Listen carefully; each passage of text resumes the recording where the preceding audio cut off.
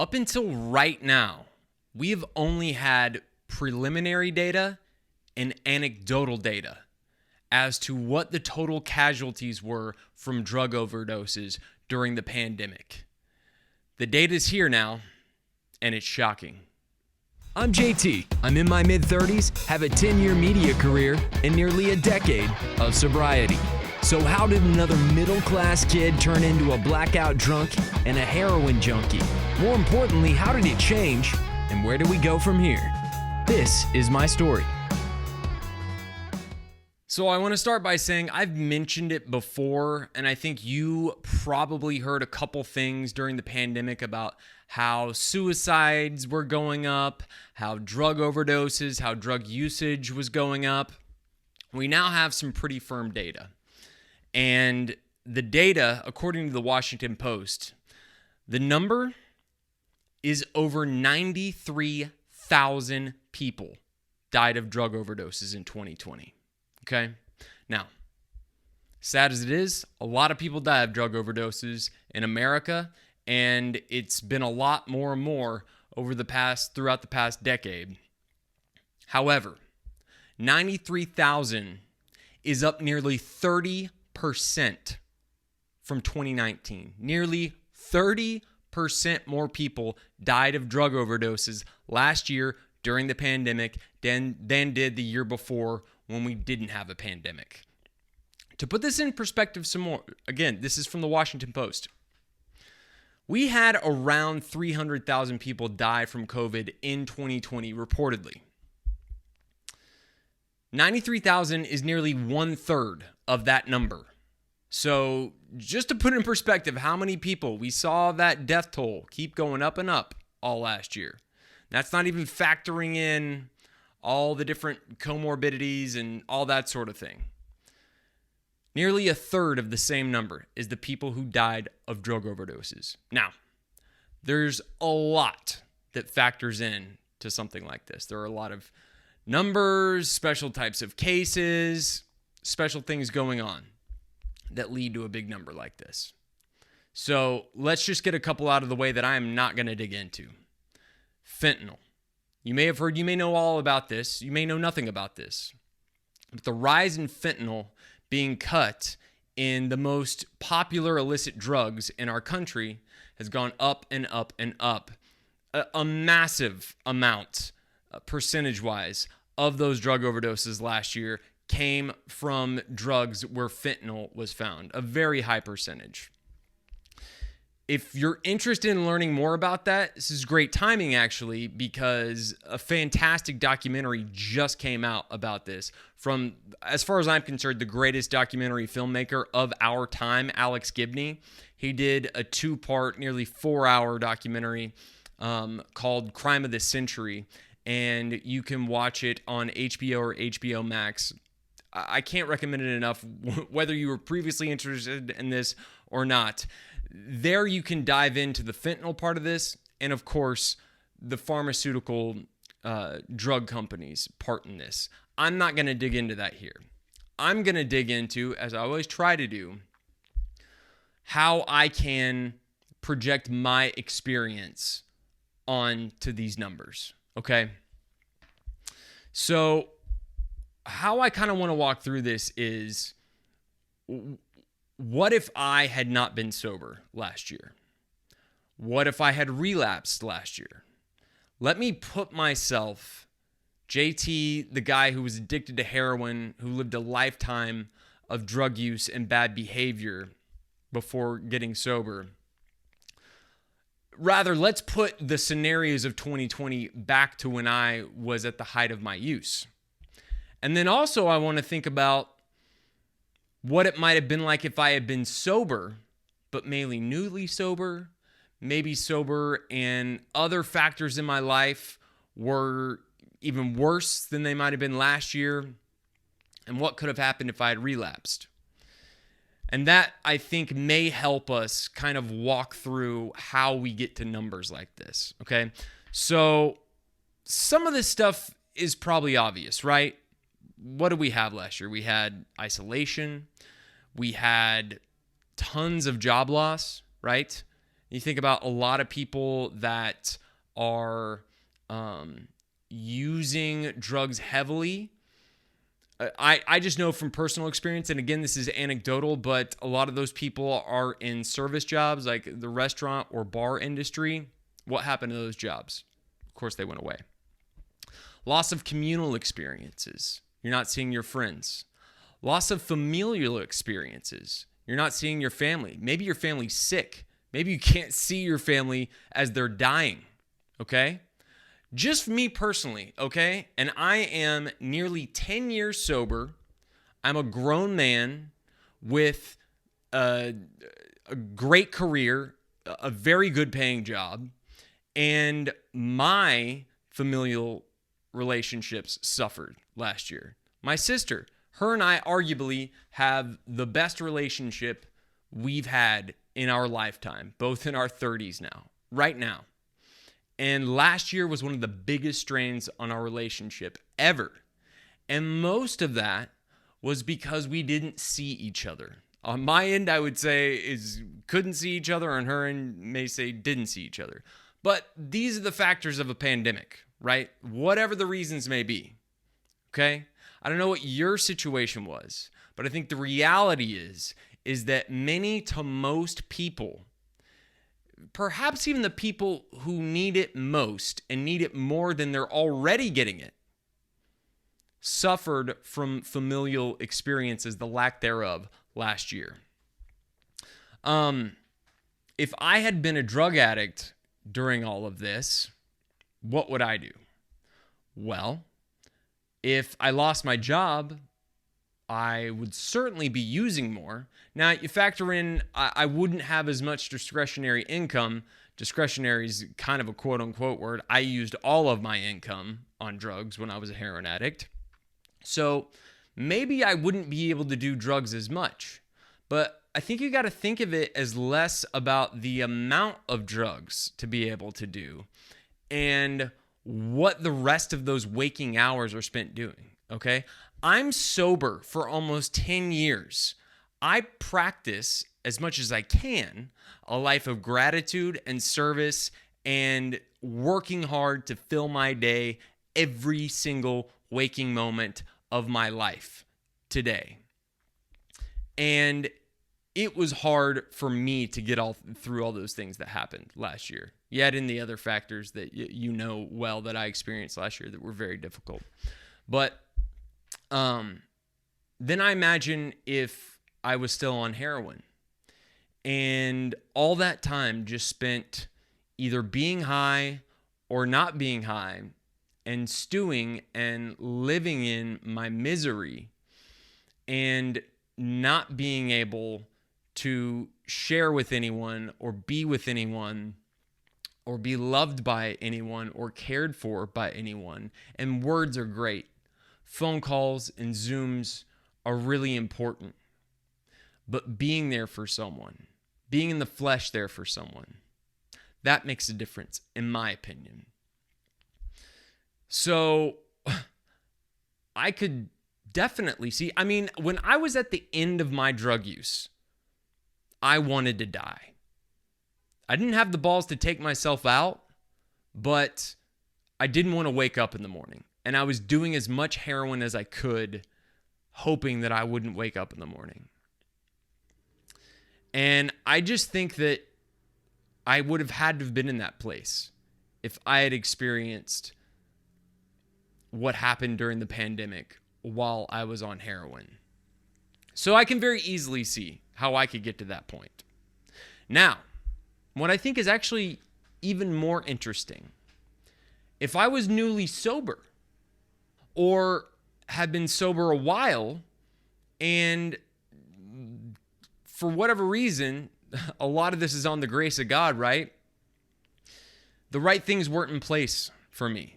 You think about all these things like job loss. I could have easily lost my job last year, even at being sober and being where I am today. We factor in all those other things we just listed through. And I've expressed this before because I've had many close friends die of overdose. None last year, but many throughout my time in sobriety. And I've seen it happen often, and I think if you asked a professional, you would hear this as well. I've seen it happen often where these death overdoses happen at a time after a period of sobriety. So we've talked about it before where you're sober, you're not using at all for a while, and then you go back to your old habits. And maybe even you dial down the amount you're going to do. But even at that, or maybe you do the same amount you did before. And very easily, you could find yourself taking too much for what you can handle and dying and not having even been set out to die. This isn't even factor in someone who's like I was at the end of my heroin use, where I was just not wanting to live. This is even just accidental overdose. So then I think about if I was in that situation where I was newly sober and or freshly sober, hadn't been sober as long as I had with sort of the austerity and sobriety that I have today. And I think about the factors that may lead me to that. What if I couldn't go to a meeting in person? Even newly sober. What if you were trying to get newly sober and your first meeting, someone's trying to get you to go to a meeting, you're thinking you might want to go to a meeting, but it's over Zoom. Now, in some cases, maybe that's a little bit easier. It's a little bit softer landing.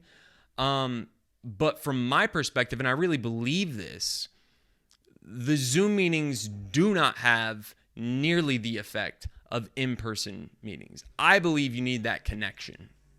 And I believe to have the transformation, I had to do it in person. And so I think to having a little bit more of a fragile sobriety and not being able to connect with not only friends or family or a job that may have been my identity, but not being able to connect with the people I need most, the people who teach me how to live, the people in those rooms for me. And I could easily see myself in a position where I relapse. Hey, I have a little bit more money in my pocket. Hey, I'm not getting the things I need in the meetings. Hey, I am depressed, and I go out and relapse for the first time. And in that case, I always talk about, I think if I relapsed, it would probably be more gradual. It could go off the rails right away, but that's kind of how I sense it might be for me. In this case, I could totally see myself dying of a drug overdose on the first relapse, given the situation of the pandemic. So I just want to run over these numbers again. 93,000 people died last year of drug overdose. A 30% increase from 2019. What do we do with this information? There's already so much wrong that we're all well aware of. There's already so much that's out of our hands, that's been flubbed at a governmental level. Things have been tried at a governmental level. Things have been flubbed in the nuclear family level. We have weak nuclear families in this country, okay? Look at the divorce rate. I'm just going to say it. That's my opinion on the matter. What do we do about this? And I don't have the answers. But the things I could come up with start here. If you know someone who's struggling, I am not a believer in the idea of pushing someone or trying to pressure someone or being connected codependently to someone in a way where you are hinging your being on this person getting help and getting better. Because I believe that people don't get sober until they really want to. They've got to take some action. That's my belief to getting sober. But once they are willing, once they even show the smallest thread of willingness, I think it is our job as the people who surround them, who love them, who want them to live and see the light, to do everything we can to help them. And that means in the amount of time, love, financial, everything we can. And sure, I bet if we had the data, we would dig into some of these numbers and we'd see a good amount of these deaths came from people who did not have certain privileges, who were lower income. I'm sure that's the case, which is why I think, and I know I'm taxing it on myself to be more involved in things where I can positively affect people who are in those situations, who are underprivileged, lower income. How can I be a positive influence? However, let's keep this baseline. If you know someone who's struggling and they have even the smallest shred of willingness, if they throw out, hey, I think I might try a meeting. Hey, I think I need to get into a rehabilitation facility. It is up to us to do everything we can to help them with that from that point on. Now, it's got to be hand in hand, but the reason I'm bringing this up is because, and I don't lay blame on anyone really for how we handled ourselves during the pandemic. It was new for all of us. But to me, it is worth being there for someone if I'm relatively healthy, if I have no pre-existing conditions, to be there for someone in the flesh,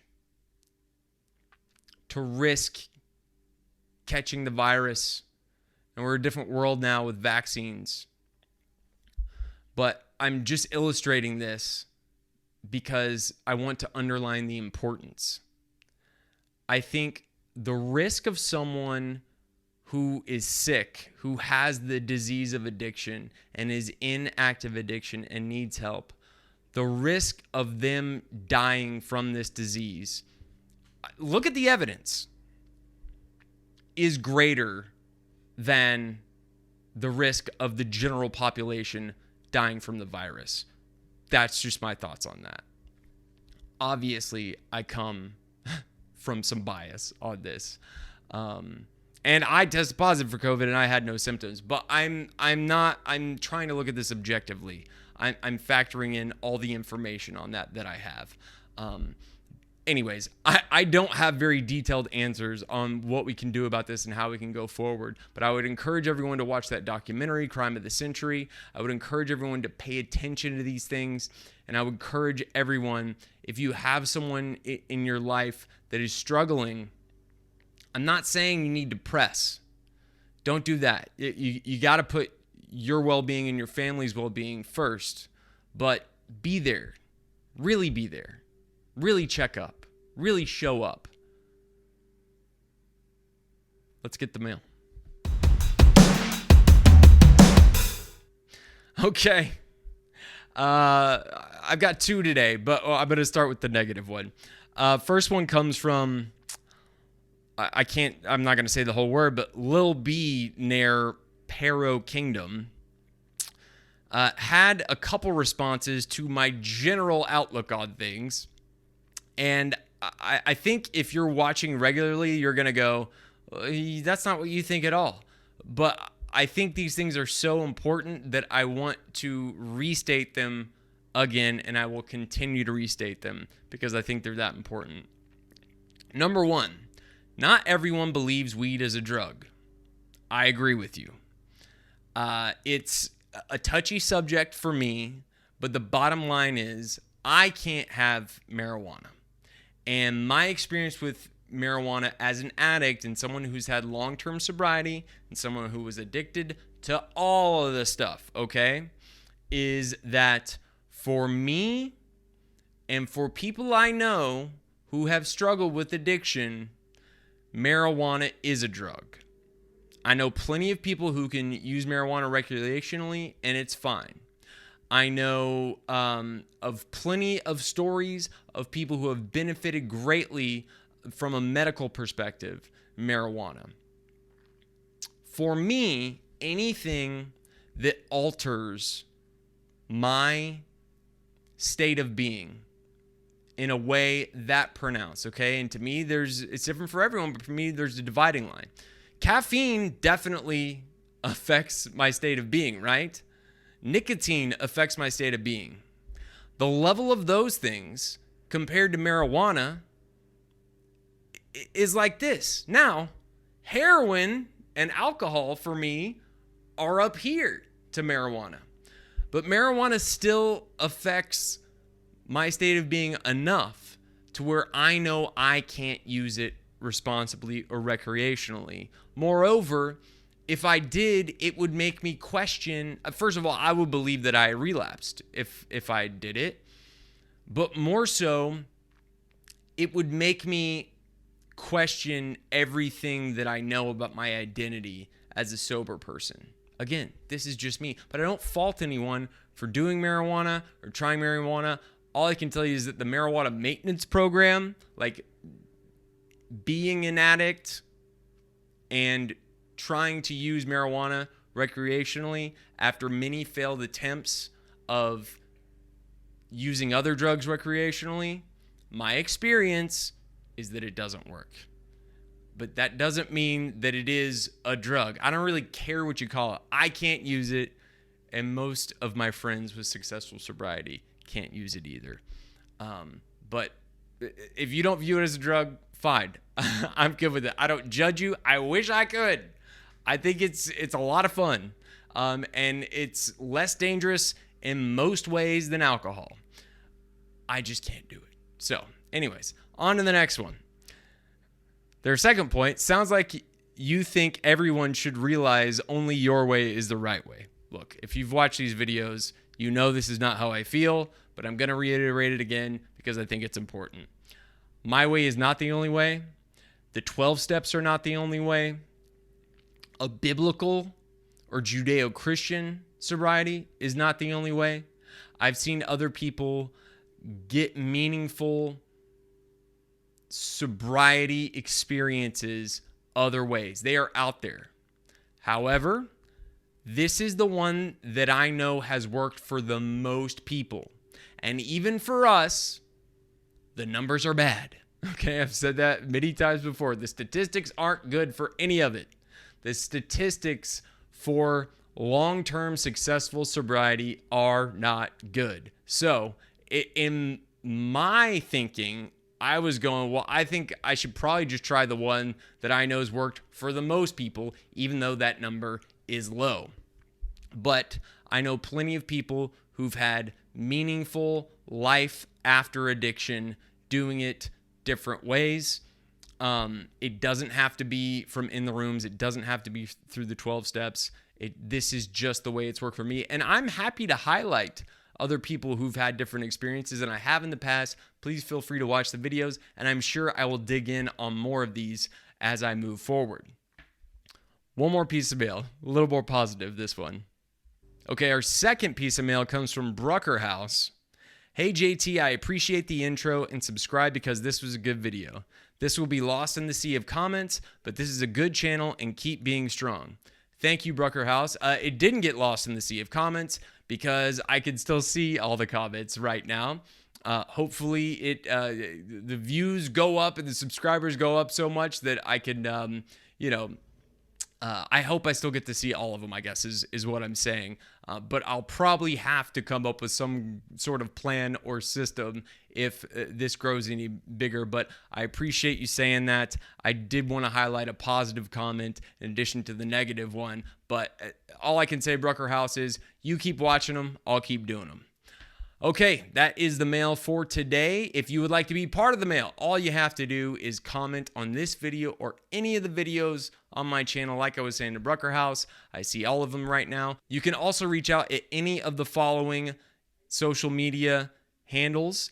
You can DM if you want to keep it private. Just let me know. Anything that is posted on a public post, that's fair game. Thank you. We'll see you next time. Hey family, if you like what we're doing here and you want to see more, please hit the subscribe button and the notification bell. Share it with someone who you think might benefit from watching this, and feel free to comment below. Love.